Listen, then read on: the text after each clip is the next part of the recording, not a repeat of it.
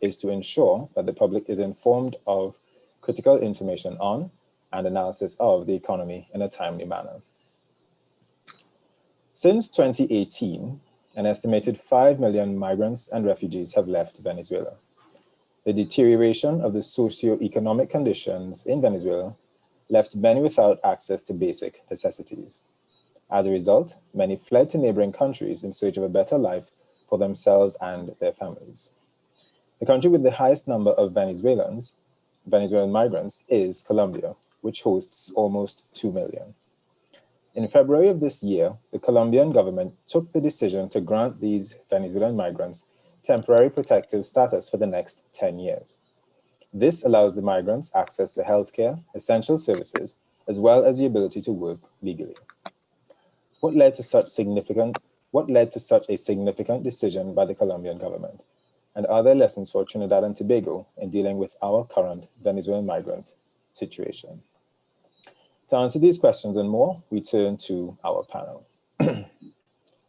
On this evening's panel, we have Her Excellency Martha Cecilia Pinilla Perdomo, Colombian Ambassador Extraordinary and Plenipotentiary to Trinidad and Tobago, Ms. Rhonda Maingo, Social Entrepreneur and Director of the Living Water Community, Dr. Anthony Gonzalez, Retired Director of the Institute of International Relations at the UE, Dr. Roger Hussein, Senior Economist at the UE and Coordinator of the TIDU, and Dr. Boyendranath Tiwari, former Minister of Planning and former Pro-Vice Chancellor of the UE.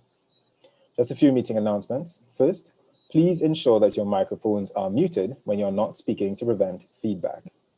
And please note that this session is being recorded and live streamed on YouTube. This evening's conversation will proceed as follows. We will begin with a presentation by Ambassador Pinilla Perdomo, followed by contributions from Ms. Maingo, Dr. Gonzalez, Dr. Hussein, and Dr. Tiwari. Last but not least, we will invite questions and comments from you, our audience, either verbally or using the Zoom chat box. Thank you. Ambassador?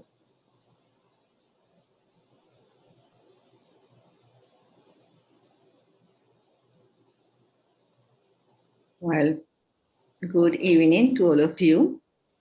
I'm very happy to be today as a lecturer.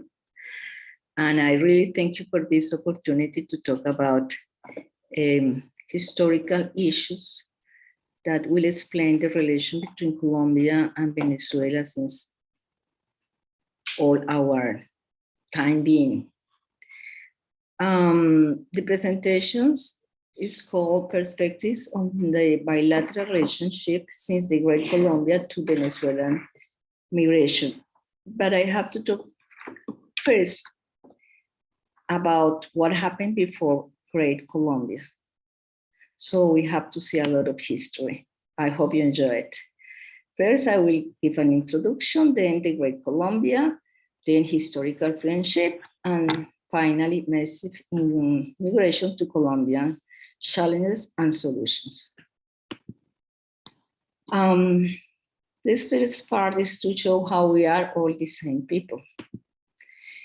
Caribbean Island Settlement Social Organization is characterized by Carib and Arawaks from Colombia and Venezuela. The Carib and the Arawaks are similar people in reality. So all of them came from the mainland to Trinidad and Tobago.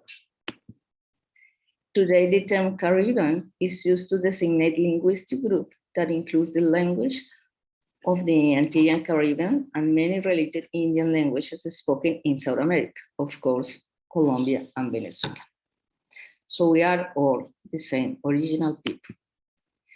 Christopher Columbus came to Abya-Yala. Abya-Yala is the name that America continent was called by the Kuna language group that is between Colombia and Panama in the Darien Gap. It is important to notice that if you go to Bolivia, for example, at this time, the natives of Bolivia call America Abya-Yala, so they haven't changed the name of our continent. In the third trip of Christopher Columbus, he came for the first time to Trinidad. And then he discovered the mainland and started the encounter with South America. The Republic of Trinidad and Tobago original name was Lere, land of the hummingbird. So it was very nice for me to discover this beautiful name. Christopher Columbus arrived in Trinidad on 1499, July 31st. And when he saw the hills, and especially the three hills, he called Trinidad as a reminder of the Trinidad, the Holy Trinidad. This is the first map in the world that includes America, or Abya-Yala, as it was called by the natives. Finally, the Spanish conquered Latin America in the main part, except the Brazil area. And what is today Ecuador, Panama, Colombia, and Venezuela was the viceroyalty of the great of New Granada. So it was a huge continent, a huge country in a huge continent. Colombia and Venezuela, we also share our revolutionary movements to get the independence from the Spain kingdom in the 19th century. So we can really say that even since independence, Colombia and Venezuela have experienced similar history, and we have a great awareness of our common heritage. The Great Colombia. The Viceroyalty of New Granada was created in 1770, and it's very interesting to know that in 1797, Britain's kingdom seized Trinidad from the Capitanía General de Venezuela of the Kingdom of Spain. And then it was ceded officially to Britain in 1802. It means only 17 years before the creation of the independent Great Colombia in 1819. General Simón Bolívar, who was born in Caracas, Venezuela, and later died in Santa Marta, Colombia, was the general who gave us the freedom from the Kingdom of Spain, and was the first president of the Great Colombia. Here you can see the map of the Great Colombia. Later on, in 1831, the Great Colombia was dissolved into Venezuela, Cundinamarca, and Quito. There were political difference between how we wanted to be, between federalism and centralism. And also there were tensions between the leaders that made up our great republic. So the Great Colombia broke into Colombia, Ecuador, and Venezuela, and Panama was separated from Colombia in 1903, many years later, almost 100 years. Our historical friendship has a lot of issues. First of all, we have to say that when Colombia and Venezuela separated, we have to solve a lot of points. First is the external debt that already the Great Colombia had for the independence. And also we needed to resolve our boundaries. So it took a lot of years of negotiation. There is, from this North Point, Caribbean Sea, up to the jungle, the Amazon jungle, all this has been resolved, and there are treaties, agreements, and there is no problem at all. There is still one issue that has not been solved between Colombia and Venezuela, and it's the Gulf of Coquibacoa, which Venezuelan calls Gulf of Venezuela. From the north side to the south of Colombia, 2 million Colombians live around this borderline. So this is a very important borderline for us. Love, children, family, work, education, health, and crime are issues that we have to face together. The case of the Colombian and Venezuela border assumes very interesting characteristics: a routine cultural, educational, economic, political, security exchange, and all these have shaped our relation and also have shaped the promise we have and the grade of opportunities of neighborhood.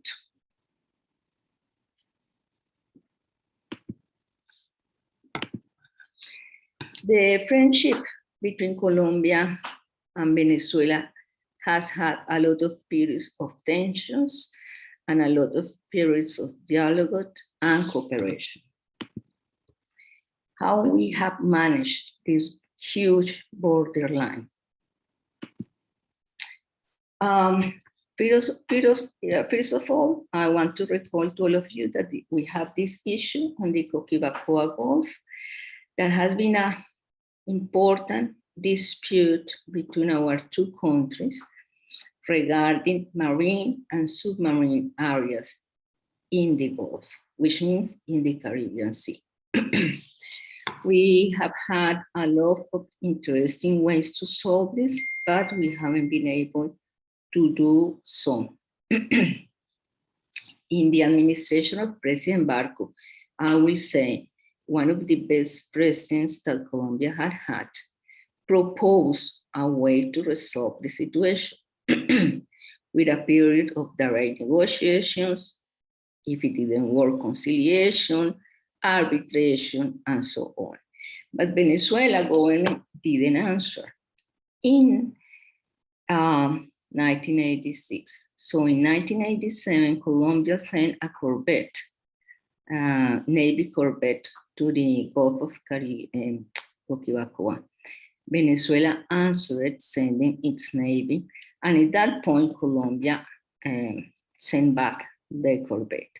The important issue here is that Colombia wanted to remain to the war, that this issue has not been solved yet.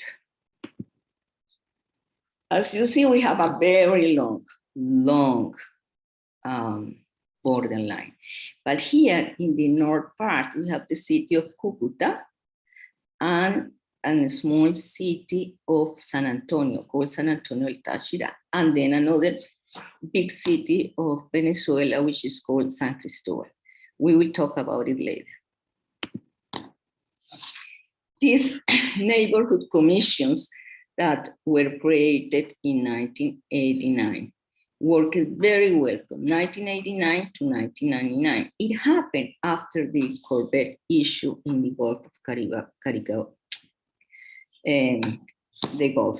So here we have President Carlos Andrés Pérez from Venezuela and President Barco from Colombia, who decided to create all these commissions to solve all our issues, including the Gulf.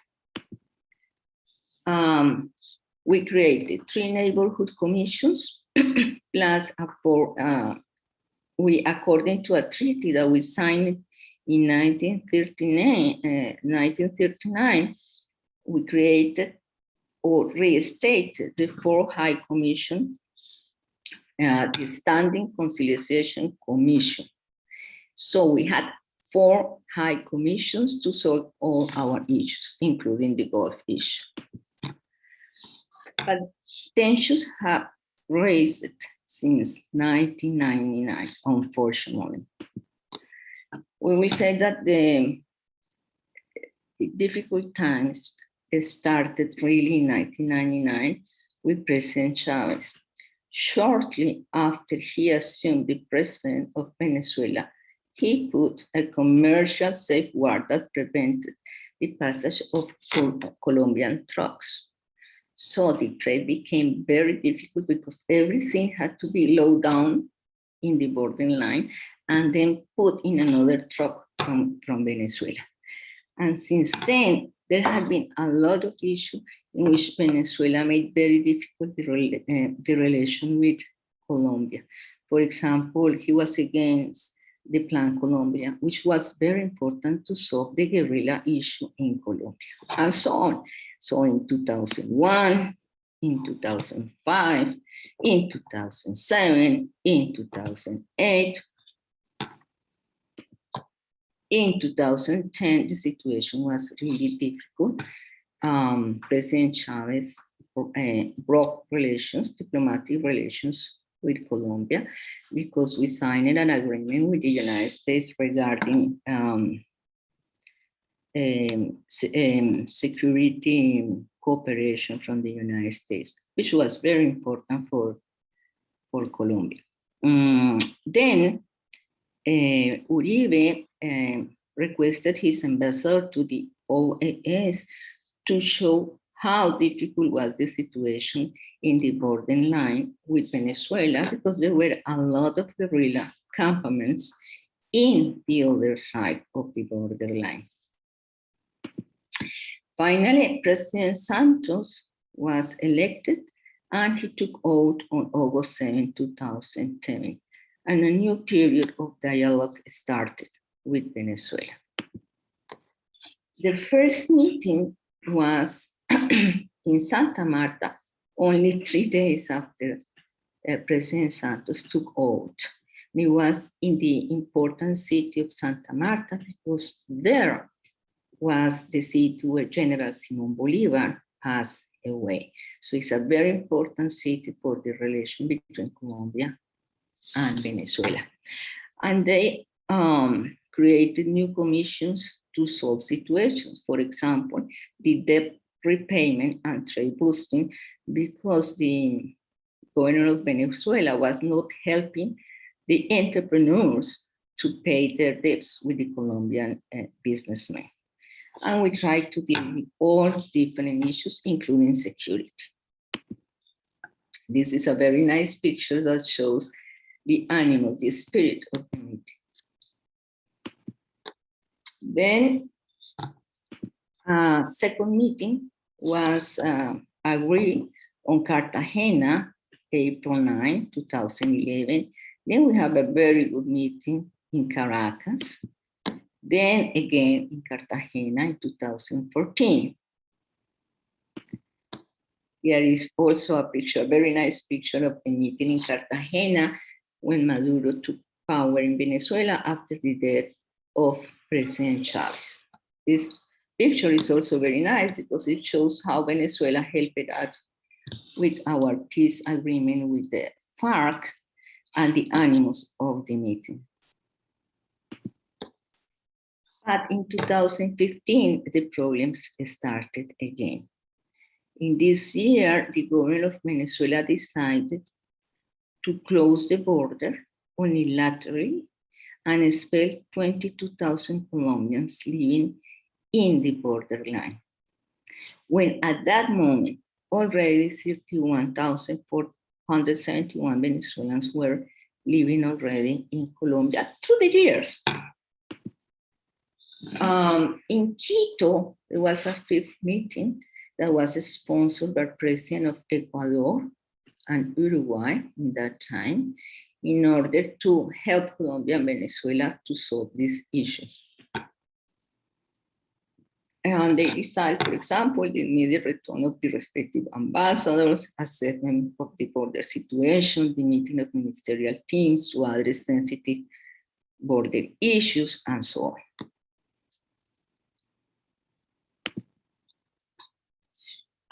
And there was a very important call to the spirit of brotherhood and unity between our two countries. So we can say that in the 10 last year, we have had 3 difficult moments. 2010 with President Uribe and President Chavez, when President Chavez decided to break diplomatic relations with Colombia. Then in 2015 with the expulsion of Colombians from Venezuela to Colombia.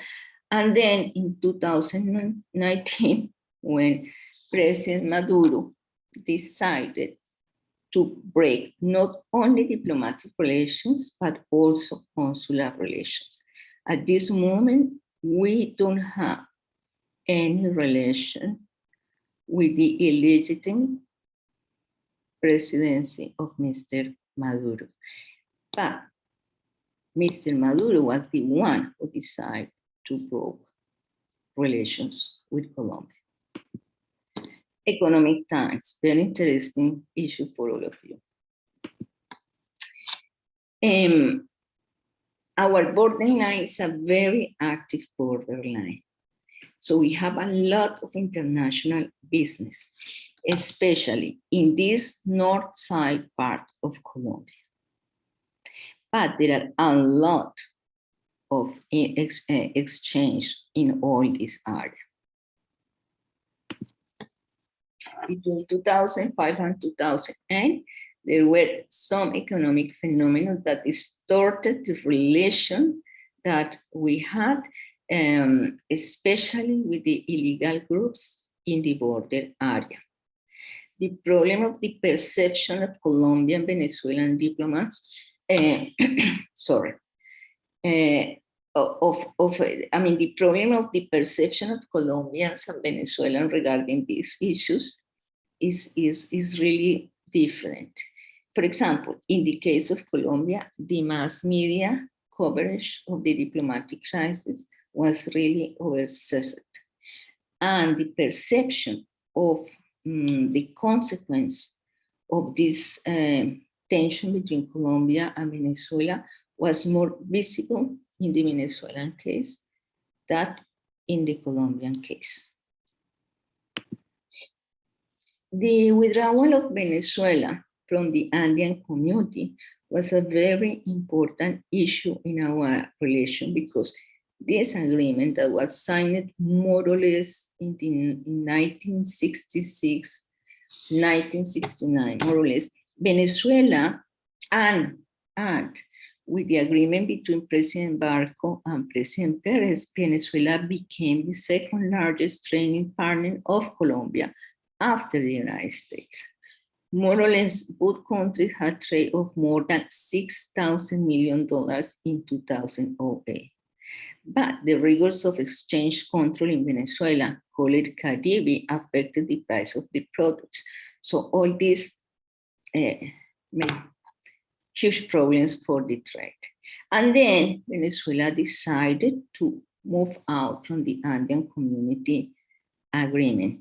So the trade was really affected, up to the point that in 2009, we only had trade of more or less $1,423 million.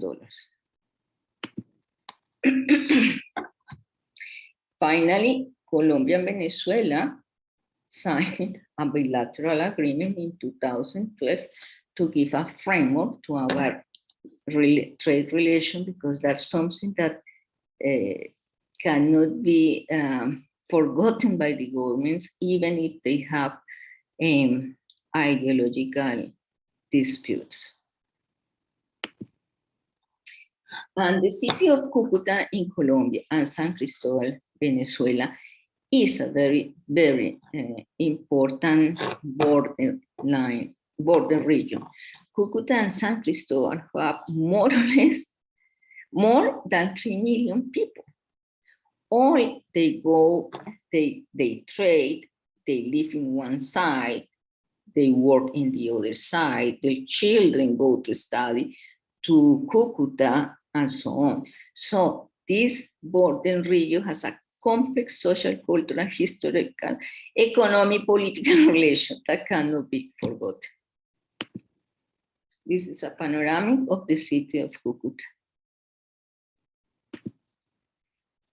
The most important area in North Santander and Táchira, which North Santander is a department of Colombia in the borderline, and Táchira is an state of Venezuela in the borderline, is a very consolidated area.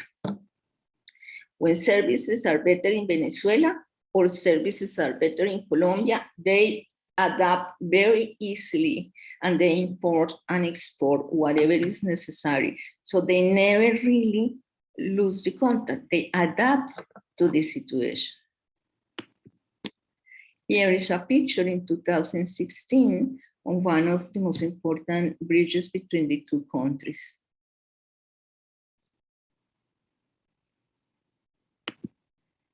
Massive migration to Colombia.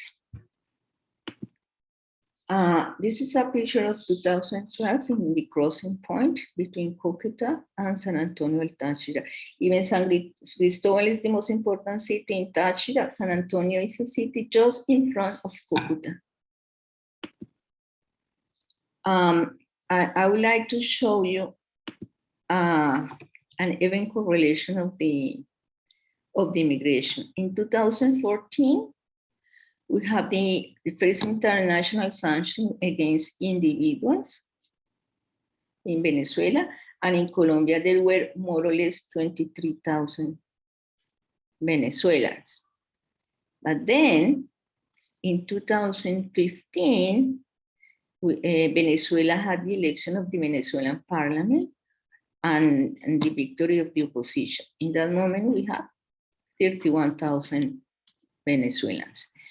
But Venezuela government decided to make these elections for the National Constituent Assembly in order to take power to the parliament that was handled by the opposition. And then you see here, we have at that year already 400,000 Venezuelans in Colombia. In this moment, Colombia created a special permanent permit for the Venezuelans living in Colombia. So you can see how the problems in Venezuela start to show clearly the movement of Venezuelans to Colombia in a very fast way. In 2017 was the first meeting of the Lima Group on August 8 in Lima, with a statement that condemned the breakdown of democratic orders in Venezuela. In 2018, we already had 1,174,000 Venezuelans. Then the government of Colombia created the Administrative Registry of Venezuelan Migrants, called RAM, in order to be able to characterize the Venezuelan migration. After this good exercise in 2019, there was another opportunity called PEP-RAM, so all these people were able to register. By 2020, we already had 1,700,000 Venezuelans. This picture shows you the odyssey of living Venezuela on foot, from Venezuela to Colombia. Let's see the population of our three countries. Colombia, 50 million, Venezuela, 28 million, and Trinidad and Tobago, more or less 1,400,000. At this moment, the borderline between Colombia and Venezuela is closed because of the pandemic. But even it is closed, the reality is that Venezuelans still come to Colombia. And the business union of both countries are willing to contribute with their work to the opening of the Colombian-Venezuelan border. At this moment, it's quite difficult. We are having in Colombia the third peak. So the situation is still very difficult for Colombia to open the border. And in the next time you invite me, I will be able to talk about the great solution that Colombians have made to the brothers of Venezuelan immigrants so they can really integrate into our society, even though they are really, we are all the same people. Thank you very much. Thank you very much for your for that presentation, Ambassador Pinilia Perdomo. Next, we'd like to invite Ms. Mango to give her opening remarks. Ms. Mango. Thank you very much. Thank you for having me on this webinar. It's a pleasure for me to come and share a little bit about our sisters and brothers and the plight of Venezuelans here in our country. And I have three captions in my little presentation here. The first is the self-reliance and contribution to the economy. Since in 2019, when the government of Trinidad and Tobago opened the doors for Venezuelans to come and register, 16,000 plus registered. That plus, I'm not sure, maybe another 2,000, so maybe 18,000 with kids and things like that. Of course, that was only a fraction of the people who were here, the Venezuelans that were here. And we all know that there are many more people than the 16,000 plus. However, the 16,000 have really made a good contribution. A lot of them, from our interaction with them, they have made a very good contribution to Trinidad and Tobago. They have, they're having the right to work has done immense things for families, for individuals, and also, of course, as we know too, that they support and assist their families back in Venezuela as well. We have seen in that population of people who were very sad and angry and anxious and fearful become people who are happy and feeling fulfilled as they make a contribution here, as they work and work very hard, some of them 2 and 3 jobs, because they want to receive the money to help their families back in Venezuela. So we have seen that population really become resilient, become happy, become, as they contribute here, they have made a big difference to them and their families. On the other hand now, the other families who are here, numerous, of course, they do not have that privilege of working and being registered for whatever reason. And so they, of course, are much, much more different, and their situation is very different. Many people are also happy to start their own business. We have found that a lot of people are very keen to start their own business. We would see maybe 90% of people are very happy. A lot of people in this 16,000 plus are very eager to get going and to work and to bring all their skills to Trinidad and Tobago and to the economy here. And we see a lot of people really doing that, getting into their little businesses by themselves and doing very well. Of course, people that are not registered also do that, but of course, that's a little more illegal. Of course, too many people like agriculture in both sectors, in those who are registered, those who are not registered. People like agriculture and are very, very willing to get into agriculture. We ourselves have worked a lot with livelihoods in the last year, and we are helping people get into these two areas, the agriculture and the business, trying to get them started in little business. So it has been something good for the country, as well as something good for our sisters and brothers who are in this plight here. Of course, I say plight because they really suffer. The Venezuelans that are here in Trinidad and Tobago suffer. It is horrible to listen to them. A lot of them, of course, have been accused of all sorts of things by Trinidadians. I mean, people do not like them. They know that. They have been, all the time, they're under tackle by Trinidadians. So they constantly are in that mode, which is not good, which is not good for them and not good for our country. There's a lot we can do for that.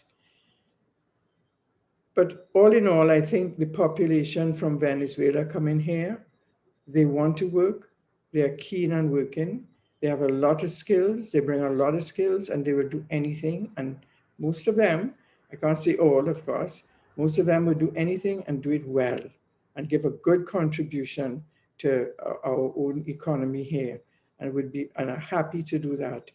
And at the same time, assisting their sisters and brothers back in Venezuela. So we move on now to a little, excuse me, the impact of COVID-19. Massive loss of livelihoods right across, for those registered and those not registered. Massive loss of livelihoods. Of course, due to the workplaces closing, and the first jobs at a go, of course, are the menial type of jobs, and so they are on the breadline and finding it very, very difficult. Food insecurity, eating once a day, becomes a norm. Becomes a norm for them, and sometimes not even eating once a day for many of the families. Some have contracted COVID and need to self-quarantine, which they do. They're very careful and they do that. Many have health issues, and this is a real serious thing for us as a community working with our sisters and brothers. The health issues, some of them cancer, some of them, brain, whatever it is going on with them, and it's terrible to see and to hear their stories. Health issues are something for children. We have seen children die where if they were able to get help here medically, they would not have died. We have seen adults die, and if they were able to get help medically here, they would not die. Now the government has allowed people to go to the hospital for emergencies, but anything other than that. So if they have a cancer or if they have whatever they may have that need ongoing treatment or whatever it is, there's no availability for that. So you can't have a population with so many thousands of people and not have serious health issues in that. So this is a very precarious situation for our community, and very difficult to cope with for them and for us, not having the facilities and not having the availability of any sort of good health care. Gender-based violence is huge, huge, huge. Child abuse. We even have some cases of kidnapping for money, and robberies. People walk into their apartments and the little money that they have saved up under the mattress or wherever it may be, these bandits come in and dig up all in their apartments and pull out all their little savings and take all of it, whatever they have, which is, of course, you can imagine the pain that causes for them. A lot of that happens, a lot of that happens. They are really, our sisters and brothers from Venezuela, at the mercy of so many terrible things, here, and it's not nice to see. The other area that we could look at is the area of education. There are lots of children here, lots of children. For us as a community, through UNICEF and UNHCR, we work with over 1,000 kids that we have in schools, in child-friendly spaces and education and programs. And the Prime Minister has opened, discussions with the Catholic Education Board and allowed the Education Board to take in children into the schools, but COVID came in the middle of all that. Nothing was ever worked out. So we still have all of these children, which is like our own children, of course, for COVID. So it's very difficult, but we still have a big team working with over 1,000 children that we online, and they have been doing very good. And we look forward to continuing that. And hopefully when COVID ends at some stage, as we were talking earlier, hopefully we can move, the opening of the Catholic schools and other non-denominational schools who will have agreed to take refugee children and Venezuelans in particular. Of course, that comes too with the barrier of language. But again, that's another part of the ministry that we work with and work with the groups So I would say the situation is dire, and I think we all know that. We all know that, like in Colombia, they go back and forth from Venezuela. How do you close the borders with an island? Of course, it's extremely difficult. And I know the police and immigration work hard at it, but we still have a lot of Venezuelans here. Definitely, we must say that the government allowing and giving permission to those 16,000 plus to be registered and to live here and work here legally has made a huge difference in their lives, huge difference. And for us, we would love to see like what the government of Colombia did, to whoever is in the country, to give them that right. I think if we give them that right, they will bring a lot to our country. A lot of the areas they would work with, our own Trinidadians don't really want to work on the fields and don't really want to work in the menial tasks and different things, and they're very willing to do it. So where we go from here, well, only God knows, but I know the situation is not good. Are people still coming? Yes, people are still coming. But maybe not in the quantities they were before. We don't know. But there are a lot of people here, and there are a lot of suffering going on, a lot of people suffering. And when we know even now in our own country, this weekend, I had someone call from a place down in South and say they were just taking a bus and coming up because for the whole weekend, all they did was suck mango, them and their own children. And that's our own trainees in that situation. So we have a lot of very poor people, a lot of people on the peripheries that are really suffering. And I pray to God that we can see a way forward as a nation to embrace this together and to put our heads together to see what can happen. We have a lot of people who can make a great contribution, who can become self-reliant and could really contribute to the development of Trinidad and Tobago. So we praise God and thank God for the opportunity that we have to work with them every day. And we have a great team, a wonderful team. We have support from UNHCR and UNICEF and other foreign agencies that assist us. So we are able to do a lot and a lot of psychosocial work and trying with livelihoods in all different areas. And we go on day by day, and hopefully we can make it through this COVID time and that we could see something new in the near future. Thank you very much for allowing me to share in this time, and happy to be on here in this forum. God bless. Thank you very much, Ms. Mingo. Next, we'd like to go to Professor Gonzalez. Professor. Yes, thank you very much, Christian. Let me start by thanking the ambassador as well as Ms. Mingo for their contribution. I think certainly these two presentations have put things in better perspective.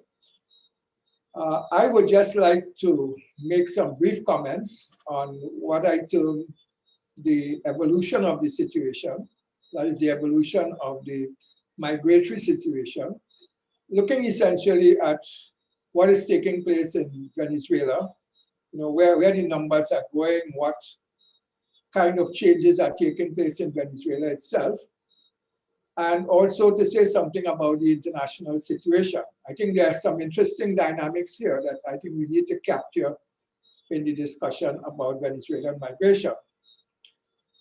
Now, looking at the flow of Venezuelans, one would see that there has been a significant drop in 2019 and last year, 2020. And I think the ambassador herself has shown that in terms of the numbers going to Colombia. You would see a significant drop from year to year. I believe in 2020, the addition was just about 6,000, or just over 6,000 if I calculated it properly. And there are a number of things that are causing this. I think when we when we look around, we see, for instance, that in 2019, a number of countries began to impose very serious restrictions. It was only towards the end of 2019 that we started to feel the impact of COVID. But COVID really, of course, the restrictions with COVID really came in 2020. And there we see really some significant border limitations that really restricted the flow of Venezuelans. And you see overall the numbers dropping. The numbers were expected to reach about 6 million in 2020. A lot of these agencies, UN agencies and the OS predicted that the flow could probably be even something like 8 million by the year 2021, 2022. But these numbers have not come to pass, and I believe because of the particular situation that evolved after 2018. We see, and this is very importantly in the rest of Latin America and even in Trinidad here, I believe Ms. Mengo alluded to it. The rise of COVID, as well as the downturn in the economies, has led to a significant fall in employment of Venezuelans. A lot of them have come under very serious food insecurity. This is right throughout Latin America. And as a result, many of them have started going back home. I think in Colombia, there was a significant amount of what they call returnees going back to Venezuela. I saw one estimate that was giving about 130,000 that left Colombia. I'm not sure how correct that is, but it is significant in terms of what is transparent. And that is coming basically because of the loss of jobs. They have been, and that's understandably the context where overall the society has had this kind of effect, and even nationals are losing jobs, as we would see also in the case of Trinidad. So as a result, you find that there's been a slow in the flow of Venezuelans. I don't know how many are still coming and how many are still returning home, but there's some kind of net effect here, which may probably mean that there has not been an increase in the numbers since 2019. Now, coupled with this, we find that there has been a very interesting developments in Venezuela itself. It's a bit too early to say exactly how this is going to pan out, but what we see is that the government itself has been making some significant changes. The government has been very tolerant of the dollarization process. It has informally allowed the dollar to increase in circulation in the country, and that to some extent has been responsible for undermining hyperinflation.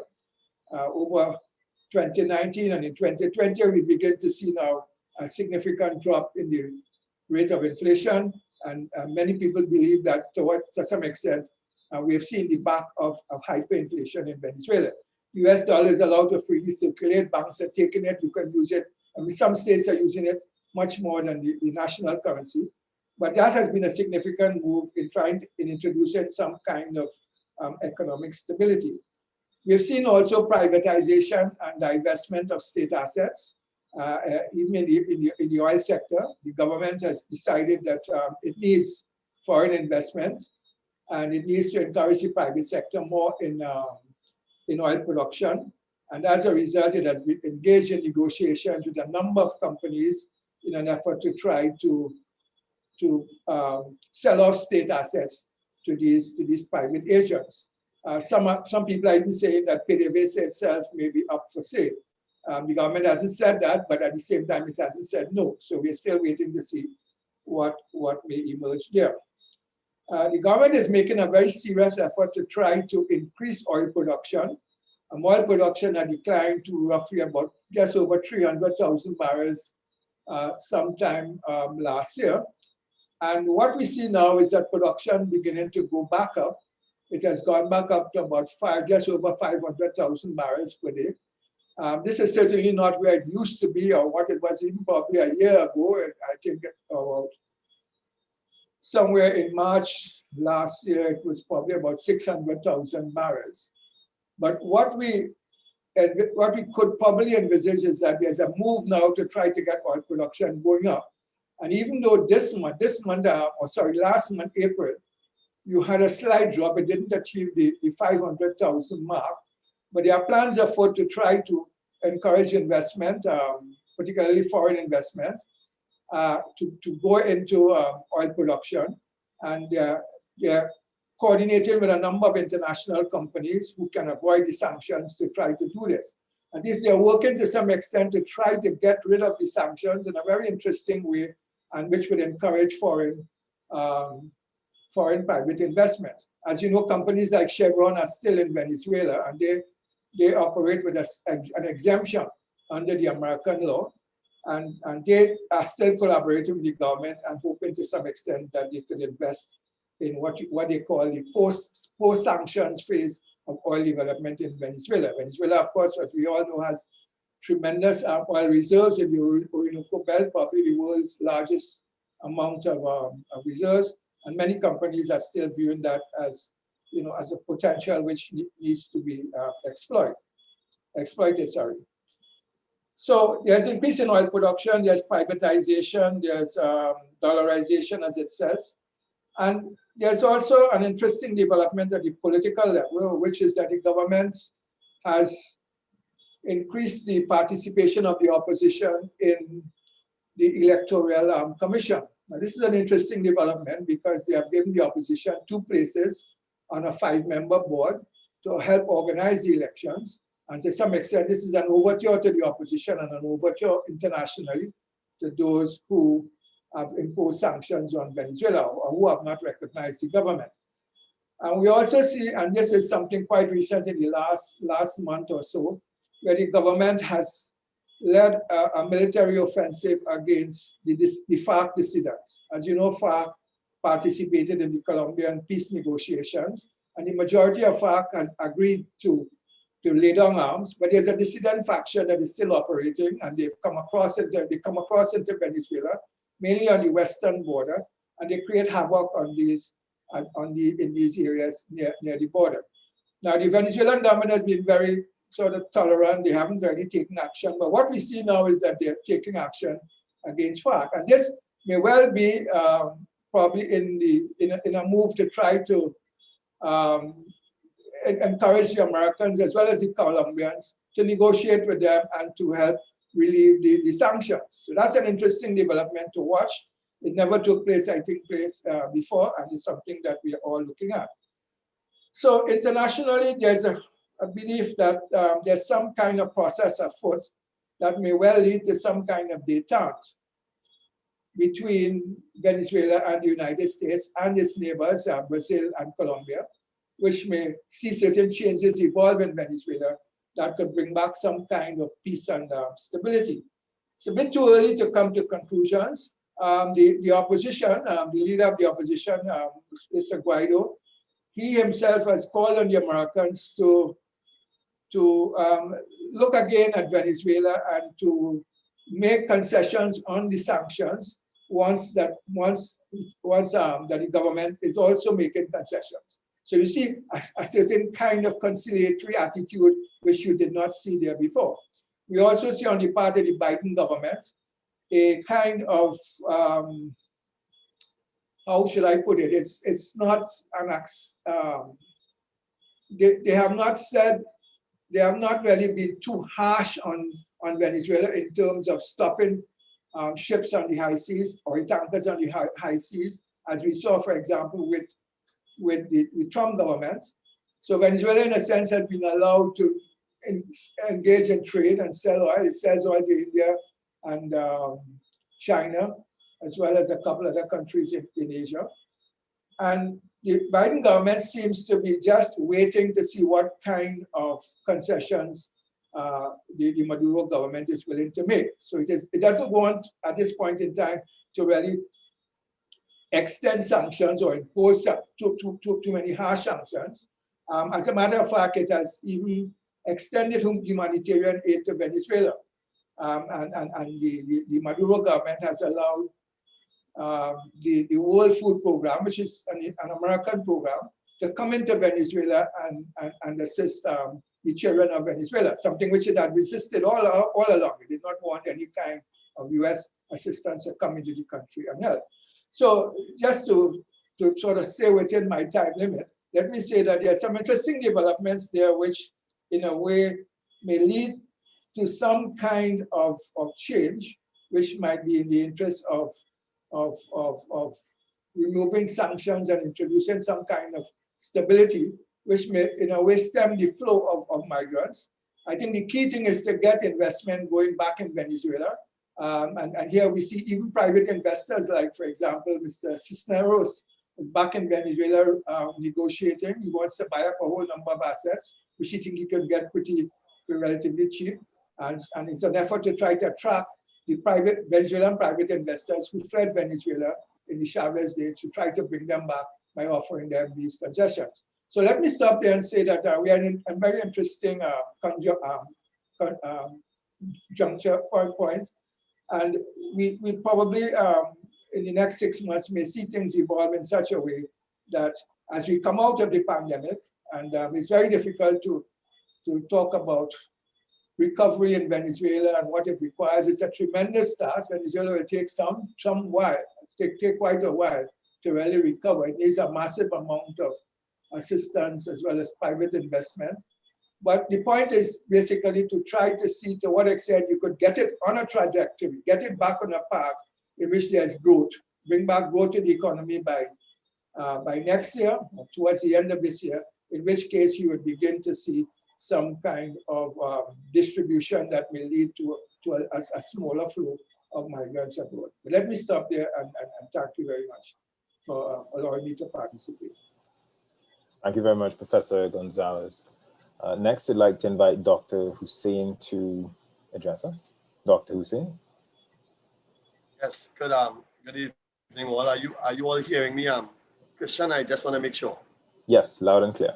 Okay, so I wouldn't be long, just 4 slides.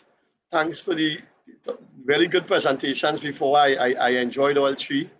A lot of eye-opening information from the ambassador and from Living Waters. So thanks very much for that. Now, just to deal with some of the facts, I looked at the data tracking matrix of the IOM, and 80% of the people that they interviewed out of the 950 people for the 2021 report, which is really the data tracking matrix 2020, 80% of them were registered. 46% of the interviewees worked in the informal sector. Now that really worries me. According to the DTM 2020 report, as compared to the DTM 2019 report, where it was, well, I missed out a number here, it was 85%, and in the DTM 2018 report, it was 90%. So you are seeing it going down a little, but 46% is still very high. There is also a compounding problem here because 93% of those in the informal sector had no contracts. So they just work, collect money at the end of the week or whatnot. And in the formal sector, it was 65% had no contracts, which to me is reflective of the fact that this is a kind of informal employment. If I have a roti shop or a restaurant that is formally employed, and I take on 2 Venezuelans, and at the end of the week, I hand them money in their hand, that's just to avoid taxation. And so that's informal sector employment. Also, 84% of the Venezuelans that are here work in the non-tradable sector.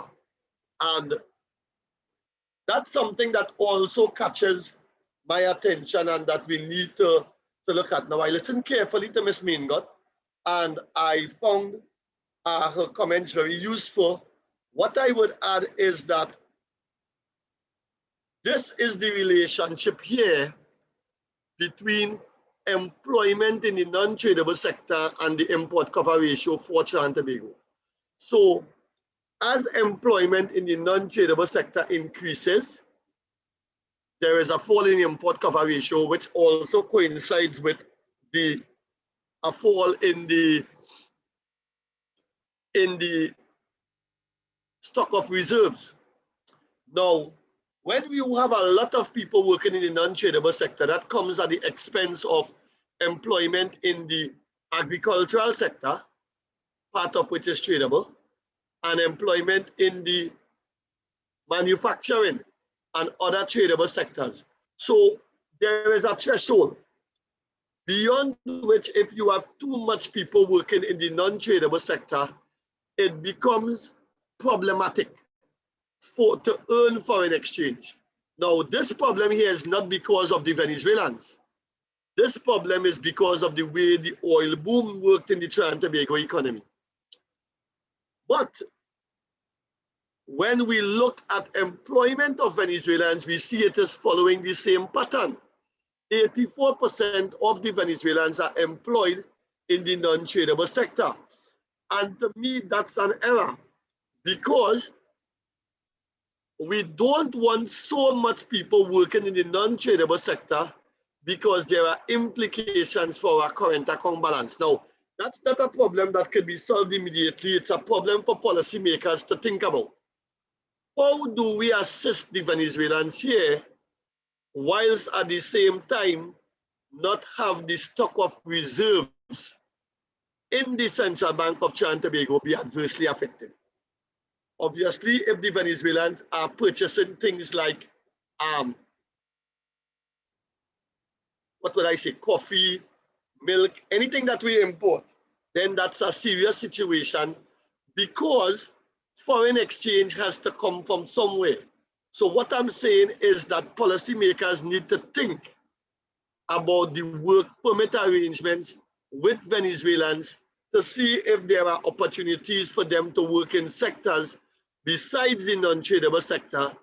And also we have to register all the Venezuelans, because an unregistered Venezuelan goes to work in the informal non-tradable sector. Now, in the last 2 to 3 months, I spoke on this seminar series and I didn't have the data.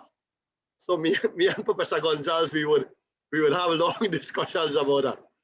But now I actually found the data in the data tracking matrix that the IOM uses, and it's there for all to see. So the concentration, and this worries me deeply, of the Venezuelans is in the informal part of the non-tradable sector now. I always had a hunch that was the case. And from casual observation, driving through the area that I live in Gasperlo, you see them working in the informal non-tradable sectors, sometimes in the night and different places. And now the evidence in terms of the statistics that the data tracking matrix produces confirms that. This next slide here shows that as non-tradable sector employment increases, it coincides with a decrease in real GDP. Now, there would obviously be other factors at play here, and I'm going to do some econometric work on this to establish causality. But what we do know from economic theory and something called the Baumol cost disease is there is long-term stagnancy brought into the economy if too much workers drift into relatively lower productive sectors like the non-tradable sector out of relatively higher productive sectors like the non-booming tradable manufacturing sectors, and it creates all the kind of problems that we are experiencing now. Not solely because of the distribution of labor, there are other factors, but definitely on account of the distribution of labor. And so we have to reflect on that. So I just wanted to raise those 2 points. In a narrow way, I'm more speaking to Professor Gonzalez in this conversation more than anyone else, because I now have the data to support what I am saying. And the way forward involves 2 things for me. Registering all the migrants, which reduces the probability that they would end up in the informal part of the non-tradable sector. And 2, reducing the amount that end up in the non-tradable sector overall. So I would stop there and I would field questions later on. Thank you very much, Christian. Thank you very much for your contribution, Dr. Hussain. Next, we'd like to invite Dr. Tiwari to address us. Dr. Tiwari. Hi, thank you very much, Christian, and good evening, everybody. I must say that I enjoyed the presentations so far. Roger now has evidential backup for his instinctive response to what was happening. I certainly enjoyed the presentation from Ms. Rhonda Mengo, because it's a first-hand account of what she, as the head of perhaps the major NGO involved in this kind of work with the Venezuelans, what she is experiencing and what she knows about the reality of Venezuelans there. And she did make a distinction between those who are registered properly and those who are not. And I enjoyed the historical account by Her Excellency, Ambassador for Colombia to Trinidad and Tobago. I thought it was very useful.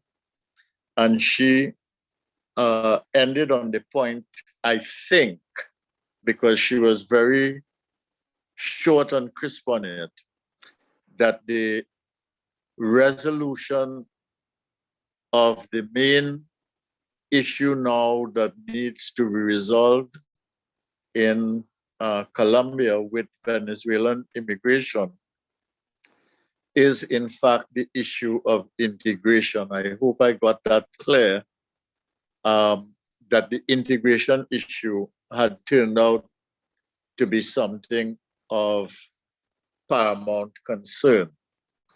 I just want to make 5 quick points. Are you hearing me? Are you hearing me now? Hearing you. Right. I just want to make 5 quick points, and I will try to make the points that are very different from what was presented today. I want to say that I want to ask the question, how do you manage this crisis? It's taking place in Venezuela, it's taking place in Peru, in the Caribbean, it's here in Trinidad and Tobago, it's in Guyana, it's in Aruba, it's in Curacao, it's in Dominican Republic with different responses. And you also have a situation in which you have Venezuelans, of course, perhaps under easier conditions in places like Panama and Costa Rica. And the question really arises, how do you manage this crisis that is taking place in which nearly 6 million people, 5.2 seems to be the number that most people agree now as the estimate, 5.2 million people have left the shores of Venezuela and have settled elsewhere. And the first thing I want to say is that you need money to manage a crisis such as this. I saw for the first time today that Trinidad and Tobago seems to have accepted money, or at least some kind of grant from the EU system. Grants have been available before from the IDB. They have been available through the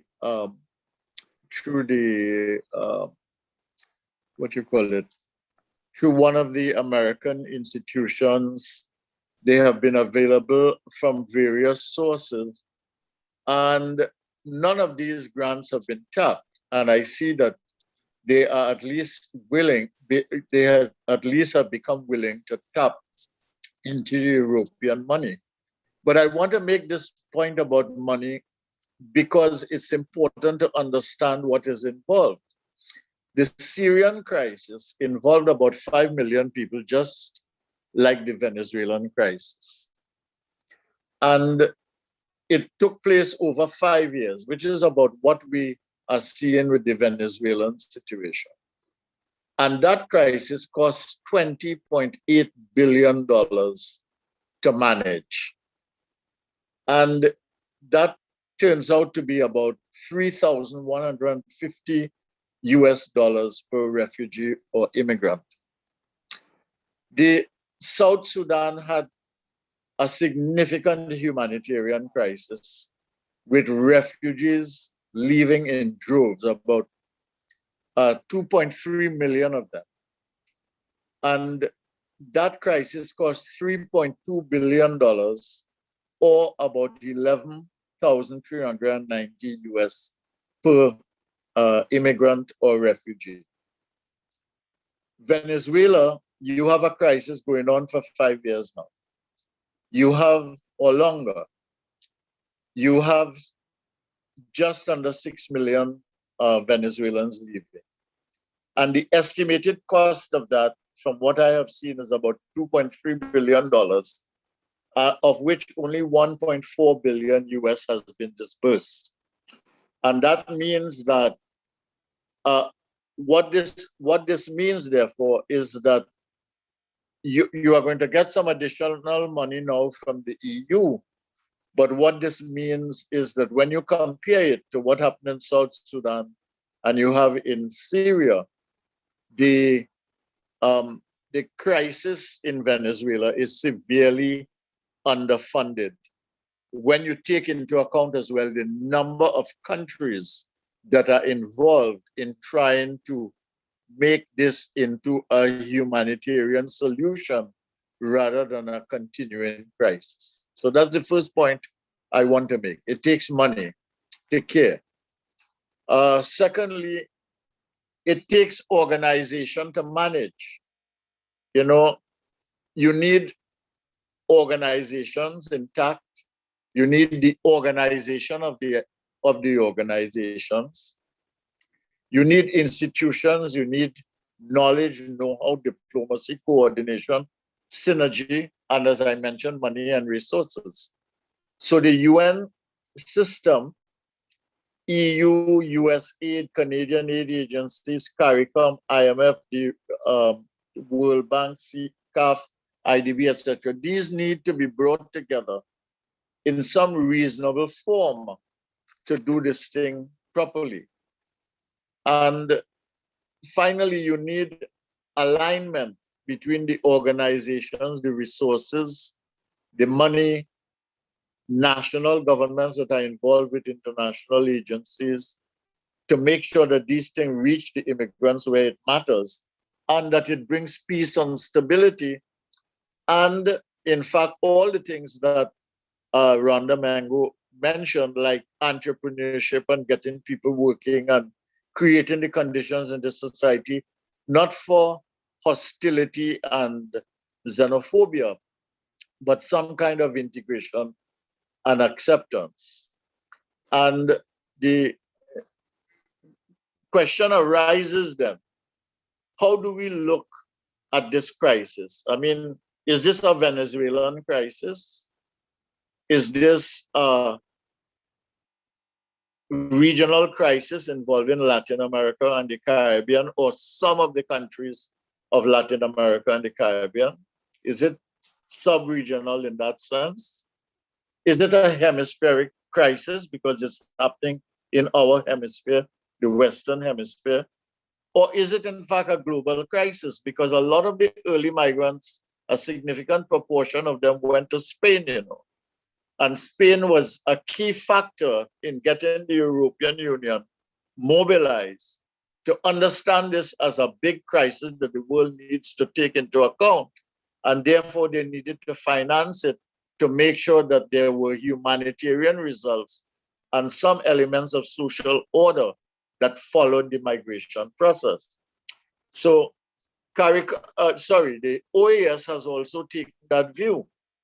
The OAS has taken the view that this is not just a hemispheric or a sub-regional crisis, it's a global crisis.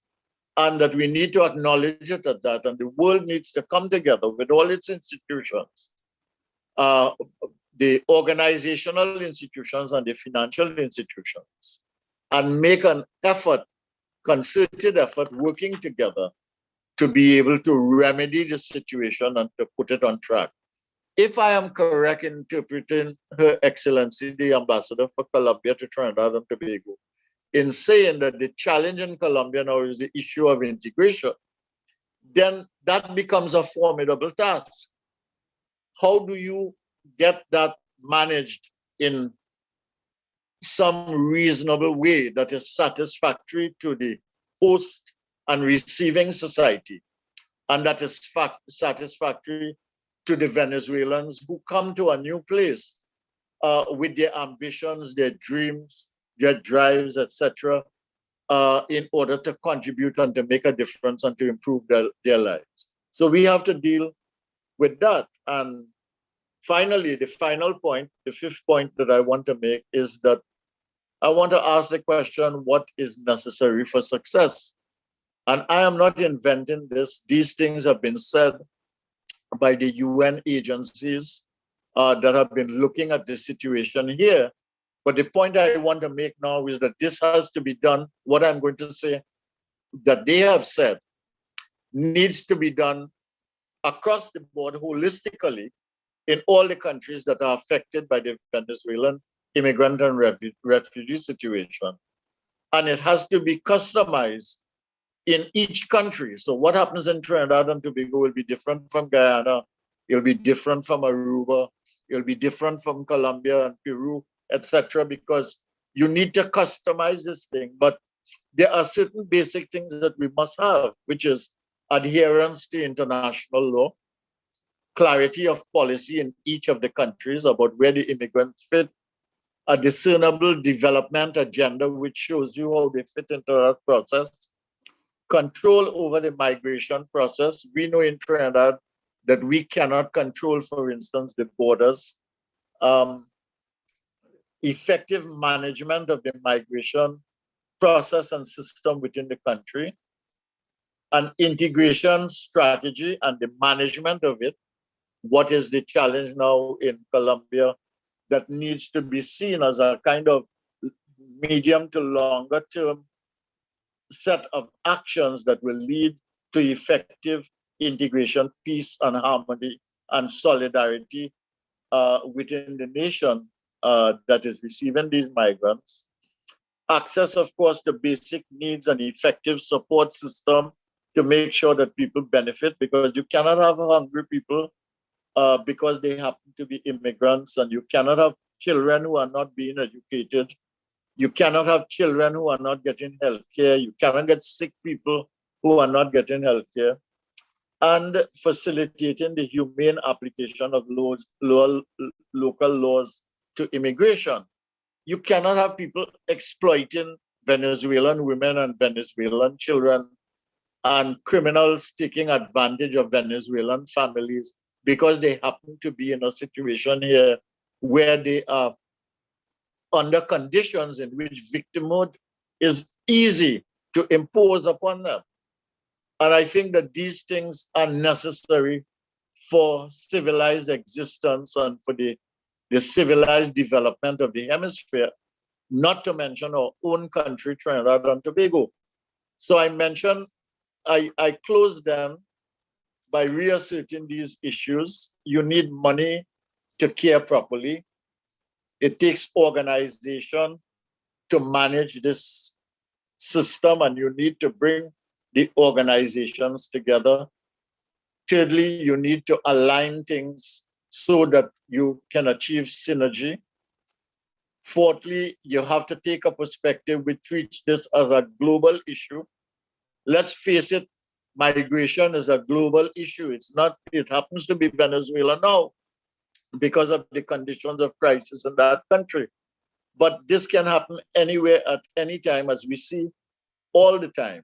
And the propensity for crises in the world, anywhere, unpredictably, are greater now than it has ever been.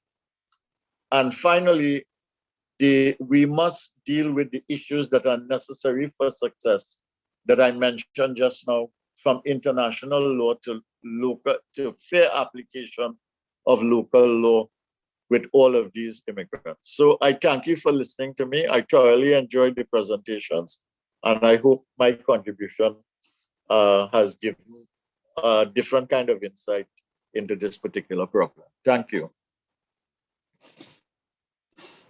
Thank you very much, Dr. Tiwari. Next, we just want to invite Amrita Dale to ask a question that she has for Ms. Maingo.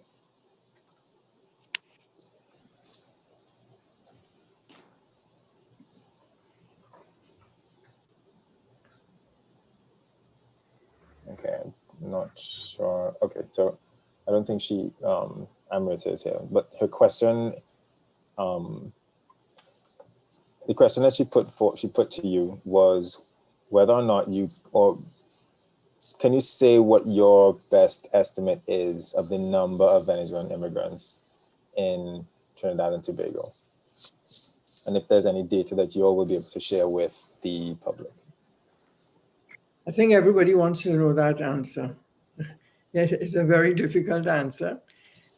We don't know. We really don't know how many Venezuelans they have. We know that there's many more than 16,000 plus that are registered. We know that, but we really do not, we cannot put a figure to it. We can't put a figure. Okay. And there's just one more question. So is it safe to assume that the Venezuelan migrants are not able to access any of the vaccines in Trinidad at this time? There's another question from the audience. Yes, I'm not aware that they can access vaccines, but I do think that vaccines will be put in place for them. Maybe they did not get in this first batch, but okay. I think things will happen and they will get vaccines. They can get, a certain amount of medical attention and so, so the elderly people who need vaccines, I'm sure will be able to get. Okay. Thank you very much. Next, we have a question for Dr. Tiwari. And the question is, Dr. Tiwari, do you think the region is ready to speak out about a Caribbean governance federation in a geographic context? Dr. Tiwari? Sorry, Dr. Tiwari, we'll need you to unmute your microphone. Thank you. Thank you very much, Ms. Mingo. Thank you. I think that the CARICOM countries should be ready given the kinds of things that are taking place in the world today. I mean, I think they must see the mistakes of dealing with the Venezuelan situation in the way that they did, divided in the OAS. They must see the vulnerability and the weakness that they end up with in relation to, let's say, the vaccine hoarding problem exercised by industrialized countries.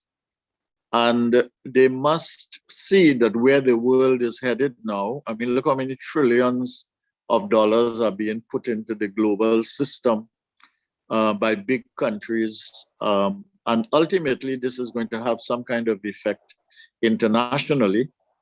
And the US president is talking about leveling up the taxation rate for investors in countries across the world. And that is going to affect countries such as ours. So if they cannot see the light by now that CARICOM needs to settle their differences internally and then speak to the world with one strong voice and make collaborations with the countries of Central and South America and developing countries everywhere in order to have a say in the direction that the world takes post-COVID and to have an influence on the policy making which impacts on their own development. I think that they will be making a serious mistake. But given the history of CARICOM and its hesitancy to make meaningful decisions in its own best interest, collective interests, given the history of that and the patterns that have developed, I would like to be surprised that they would come together to settle differences before and speak to the world with one voice and make other international alliances. But I am not, what can I say? I'm not optimistic. Thank you very much, Dr. Tiwari. Professor Gonzalez, would you like to comment on that question about whether or not the region is ready to speak about a Caribbean governance federation in a geographic context? Yes, Professor well, Gonzalez? Yeah. I have a different take on that question. I think we have tried federation and we have failed, and there's no going back to federation. I think it's not. I don't see any foreseeable future where it is possible to bring this region back into any kind of federation. I mean, we're having tremendous difficulties already with economic integration. We see the slow pace of implementation of CARICOM, and we even have the latest commission saying that we should accept variable geometry, which is to say that go ahead with a coalition of the willing. That is, those who want to go ahead, let's go ahead. So if you have 4 or 5 willing to do something, go ahead with them and forget the rest. So I think just looking at the way we have handled CARICOM and even the present circumstances of handling COVID, it doesn't really inspire me to suggest that that we're likely to move towards any kind of even stronger integration, stronger economic integration.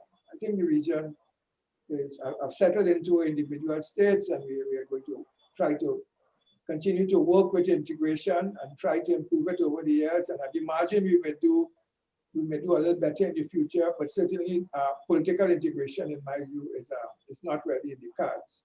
I think that is something that we have gone past, and there's no turning back now in terms of how we see ourselves politically.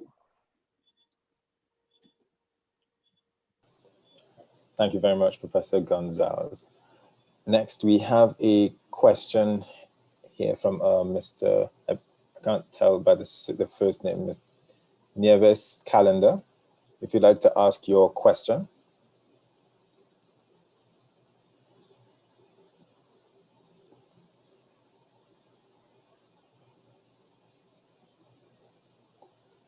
If you can't Okay, ask, so I would just answer. Yeah, okay. So thanks for the question, Neves Calendar. I think the Venezuelans are very useful and important for the development of Trinidad and Tobago, and we could benefit from a healthy symbiotic relation. So these people are not just here and are not only a liability as some people see them. I think there is tremendous scope for synergy and growth of both sets of people. The problem is we don't do data-driven thing in Trinidad. So it's like cricket, you know, you are batting at 6:30 and you hope the ball drops short and you make a swing and you connect. We have no real data. And without data, it's very difficult to make sensible interventions. What we do have is the data tracking matrices, well, matrix from the IOM, that you get some simple facts. The informality facts, that's a very, very important question, because if the Venezuelans are working in the informal sector, that says a lot about their labor rights and their protection and other problems that go with that. If in the formal sector they have no contracts, that also lists a specific type of problem. And if they work in the non-tradable sector, then that's an issue. Whereas the first 2 points I raised was in favor of how we could help the Venezuelans. The third point is how we could work with the Venezuelans for the benefit of Trinidad and Tobago. And I think situations like this always work out best when it benefits everyone. The Venezuelans are here, we help the people, they are our brothers and sisters, as Ms. Mingot said. and we treat them with love and we treat them with respect. Our economy hasn't grown since 2008. In fact, it's in a very bad state, in my opinion. And this current lockdown won't make it better. Our little group, and I speak here on behalf of the Shaw Foundation in this comment, our little group, we are planning to open a soup kitchen next week, but we watch the numbers and we watch the death rate, and we are trying to work around that because the need is so great. But if we could think this through and use the data and register the Venezuelans and work them in relation to their skill, it will benefit the stock of Venezuelans here, which I am estimating at about 60,000. And it would benefit the Trinidad and Tobago economy, and therefore it will benefit the region. And so I am of the view that there is scope for integration that could lead to development, but it must be data driven. And we must register all the Venezuelans here, because the probability that a Venezuelan worker will work in the informal, non-tradable sector is high once they are illegal. And that probability falls once they become registered. And so I urge whoever the policymakers are, wherever they may be, that once the COVID-19 situation that we have found ourselves in yet again subsides, that we undertake to register all the Venezuelans here. We may not be able to eventually keep all, but we would know how best to help using data the people that have found themselves on our shores for whatever reason. That is also my closing comment as well, Christian, because I am noticing the time. So thank you very much for the opportunity to speak. Thank you very much, Dr. Hussein. So everyone, I'd just like to invite our panelists to give their closing remarks. But before you do, we have a member of our audience, Kivash, who has a question. So I'd like you to address Kivash's question in your closing remarks, please. So Kivash, if you could unmute your mic and ask your question.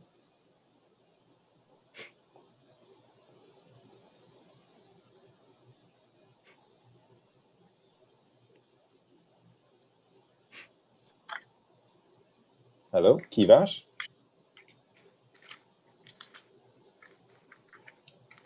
Okay, so it seems as though he may not be able to, he's unable to speak. Hi, hello, hi, you hearing me? Yes, we're hearing you now. Okay, cool. Thank you, Mr. Seeley. Good night to the panel. Just a quick question with respect to, the comment on regional integration and governance. Do you think it is possible that the region's leaders, in a geographic sense, meaning, all these organizations that we have tried to form in the past, from CARIFTA and CARICOM and whatnot, do you think that we are capable of building a technological system that will be able to mine all this data that Dr. Hussein, has all these beautiful graphs and all this data? I mean, if this data becomes real time in a controlled way, and as we speak, do you think a utility like this, being technologically driven by data and being able to incorporate all entities? Because if you do something virtually now, networks could be built as easily as they can be coded, right? So the question is now, if we are to build a utility in a combined way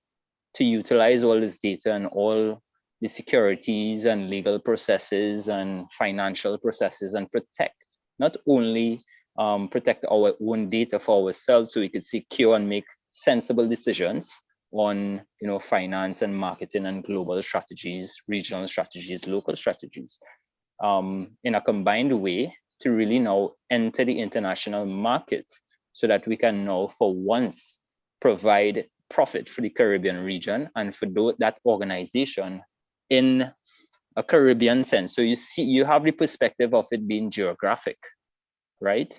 And building a utility that can be governed by all in a geographic sense, and see the utility as purely something practical, tangible. I think that moving forward, we have to talk about governance, right? And it means governance in a mutual way, in a researched way, and following all the guidelines to really create something that could really have us living prosperous, with respect to make sure we have all our utilities up and running, and looking into green energy, looking at IP projects and really building an IP network, because I don't think the Caribbean was built initially or formed initially in a way that we could respond to the technological revolution that is happening globally, right? I mean, we need to look into these things ourselves so we could protect ourselves. And it means now, what is the next step forward in starting a conversation like that, if we are to think about it from an economics perspective, with respect to Dr. Hussein, and he is the expert on the numbers. And I mean, from Dr. Tiwari and the panel, I mean, what can we look forward to find a solution with respect to COVID-19, right? I'm sorry, it took a little while. I'm sorry for saying some dog, but over to the panel. Okay, thank you very much, Kevesh. And now we'd like to invite Dr. Tiwari to give his closing remarks. I won't add anything. I would try to respond very quickly to the question. I would say, look, this data issue is a very big issue, and I think that I think we should make up our minds that the Caribbean is one of the places in which data has not mattered for decades. It has been neglected. We have lost whatever gains we have made in the systems. But with the technology that what's his name, Kavinash, with the technology that he mentions, it is possible to do all of that with, and you can get basic researchers, Dr. Hussein and other people at the university on the various campuses can lead those things to get the data that you need, building on whatever you have, and work with whatever statistical agencies that are there, not to do their work, but to tell them what is the data we need to get and why it is important and how they can do it quickly, because there are different strategies that you can use now. And I think it is something basic. I don't see how you can exist in the world without data. I don't see how you can make policy without data. I don't see how you can make decisions without having the right information that will determine the options that you have to choose from. So I mean, it is a necessity that we must find a way to solve. Thank you very much, Dr. Tiwari. Next, I'd like to invite Professor Gonzalez. Professor, to give his closing remarks. Yes, thank you, Christian. Well, let me begin at the last question about creating a data utility company and going ahead with on a regional basis with this technological revolution. Let me say that ever since CARICOM was formed, that is going back to 1973 and then later on in the 1980s, it was very clear to me that the only way that we can compete in this world is if we integrate our markets in such a way that we could build larger companies that can compete, and we allow labor, goods, services, capital to move freely in the region. Okay, and this is something I had advocated since then, and we have gone about it trying to build a single market and economy in such a way to facilitate that. We have come some way in terms of facilitating some of that, and we have seen where, in some cases, for example, in the area of finance, the banks, and in some other areas, where capital has moved and kind of integrated the region to some extent. But it has not taken place on a significant level. And in this area that is mentioned here now, and generally with respect to the fourth industrial revolution, with respect to going into all robotics and Internet of Things and the AI revolution, all these things, I think that we have to try to get this single market to work much more effectively. Until we're able to build more integrated companies, share all of that data and so forth, only then we'll be able to make some kind of significant progress in terms of being an export competitive society.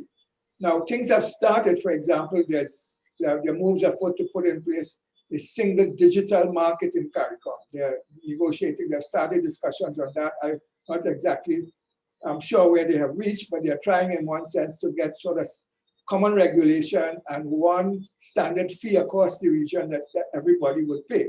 So that in some way we integrate the region digitally, and we are able in that way to try to strengthen our position vis-a-vis to countries. But this is essentially how something that I think that will come from just the sheer pressures of international competition. I think we jump higher, jump low. We have to face that as small countries, and we have to try to build larger and stronger folks and try to compete internationally. All it would mean, in my sense, is that we integrate economically much stronger than we are at present. And it does have some implications for governance. We have to strengthen CARICOM. We have to probably go to a CARICOM at a much more executive level than a CARICOM, let's say, at a secretarial level. I think it has implications for governance in that sense. But let me stop there and say thank you very much for the discussion. There's a lot more I would like to say.